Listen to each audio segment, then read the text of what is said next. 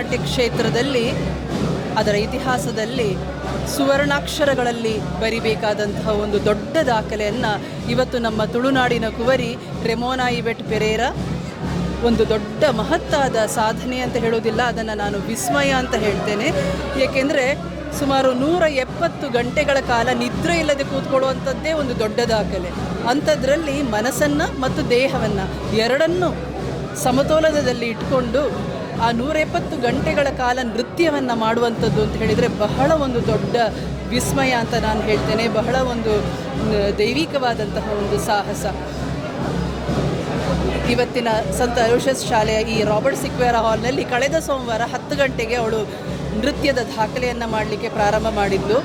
ನೃತ್ಯಾದಿ ದೇವತೆಯಾದಂತಹ ನಟರಾಜನ ಒಂದು ನರ್ತನವನ್ನು ಮಾಡ್ತಾ ಇದ್ಲು, ಸರಸ್ವತಿ ದೇವಿಯ ನೃತ್ಯವನ್ನು ಮಾಡ್ತಾ ಇದ್ದು. ನಾನು ಯಾವ ರೀತಿ ಕೊರಿಯೋಗ್ರಫಿ ಮಾಡಿದೇನೋ ಅದೇ ರೀತಿ ಈ 170 ಗಂಟೆಗಳ ನಂತರವೂ ಕೂಡ ಅದೇ ಕೊರಿಯೋಗ್ರಫಿಯನ್ನು ತಲೆಯಲ್ಲಿ ಇಟ್ಟುಕೊಂಡು ಮಾಡಬೇಕು ಅಂತ ಹೇಳಿದರೆ ಅವಳ ಮನಸ್ಸಿನ ಸ್ಥೈರ್ಯ ಎಷ್ಟರ ಮಟ್ಟಿಗಿದೆ ಅಂತ ಹೇಳೋದನ್ನು ಹೇಳಬೇಕಾಗ್ತದೆ. ಮಾತ್ರ ಅಲ್ಲ, ನಾವು ನೃತ್ಯದಲ್ಲಿ ಮನೋಭಾವ ಅಥವಾ ಮನೋಧರ್ಮ ಅಂತ ಹೇಳ್ತೇವೆ. ನಾವು ಆ ಸಂದರ್ಭದಲ್ಲಿ ನಮ್ಮ ಮನಸ್ಸಿಗೆ ಏನು ಬರ್ತದೆ ಅದನ್ನು ಮಾಡುವಂಥದ್ದು.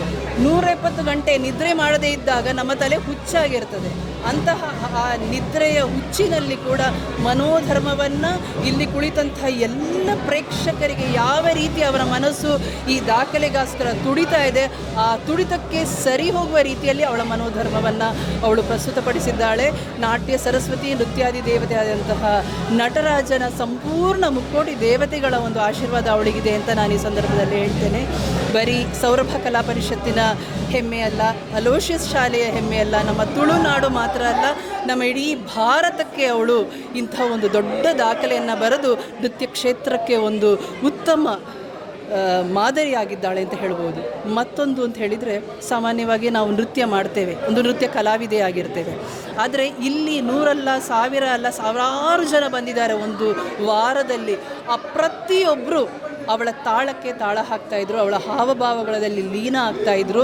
ಇಲ್ಲಿ ನೃತ್ಯವೇ ಗೊತ್ತಿಲ್ಲದೆ ಬಂದಂಥವರೆಲ್ಲರೂ ನೃತ್ಯವನ್ನು ಆಸ್ವಾದಿಸುವ ರೀತಿಯಲ್ಲಿ ಅವಳು ಒಂದು ದಾಖಲೆಯನ್ನು ಬರೆದಿದ್ದಾಳೆ.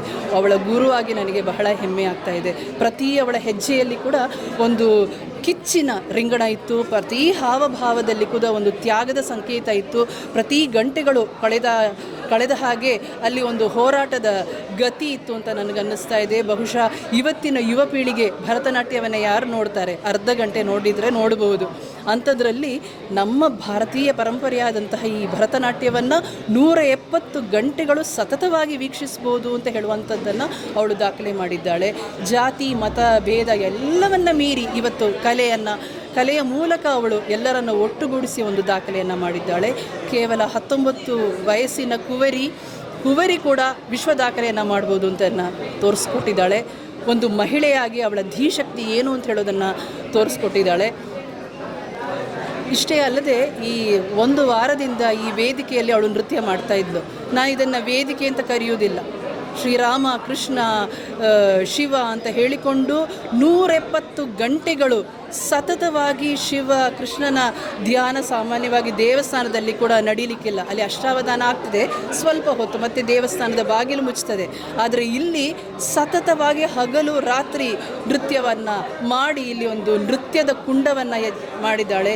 ಈ ವೇದಿಕೆಯನ್ನು ಒಂದು ನೃತ್ಯ ಮಂಟಪ, ಒಂದು ದೇವಸ್ಥಾನ ಅಂತ ಹೇಳ್ಬೋದು. ನಮ್ಮ ಸೌರಭ ಮಕ್ಕಳೆಲ್ಲರೂ ಬಂದು ಈ ವೇದಿಕೆಯಲ್ಲಿ ದೇವರ ಪ್ರಾರ್ಥನೆಯನ್ನು ಮಾಡಿ ನಮಸ್ಕಾರ ಮಾಡಿದ್ದಾರೆ. ಅಷ್ಟು ಪವಿತ್ರವನ್ನಾಗಿ ಮಾಡಿದ್ದಾಳೆ ಈ ವೇದಿಕೆಯನ್ನು ಅವಳು. ಹೇಗೆ ಪ್ರತಿ ಮನಸ್ಸಿನಲ್ಲಿ, ಅಂದರೆ ಯುವ ಮನಸ್ಸಿನಲ್ಲಿ ನೃತ್ಯದ ಕಿಚ್ಚನ್ನು ಅವಳು ರೂಪಿಸಿದ್ದಾಳೆ. ಅವಳಿಗೆ ನಿಮ್ಮೆಲ್ಲರ ಒಂದು ಪ್ರೋತ್ಸಾಹ ಇರಲಿ ಅಂತ ಈ ಸಂದರ್ಭದಲ್ಲಿ ಹೇಳ್ತೇನೆ. ನಾನು ಅತಿ ಸಣ್ಣ ಪ್ರಾಯದಲ್ಲಿ ಗಿನ್ನೀಸ್ ರೆಕಾರ್ಡ್ ಮಾಡ್ತೀನಿ ಅಂತ ಹೇಳ್ತಾ ಇದ್ಲು.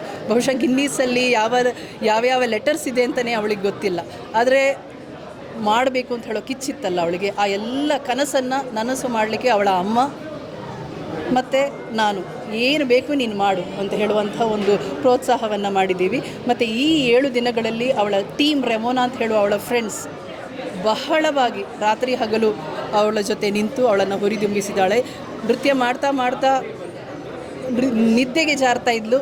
ಆ ನಿಮಿಷ ಅವಳನ್ನು ಎಬ್ಬಿಸಿ ಮತ್ತೆ ಈ ದಾಖಲೆಗೆ ಅವರು ಸಹಾಯ ಮಾಡ್ತಾಯಿದ್ರು.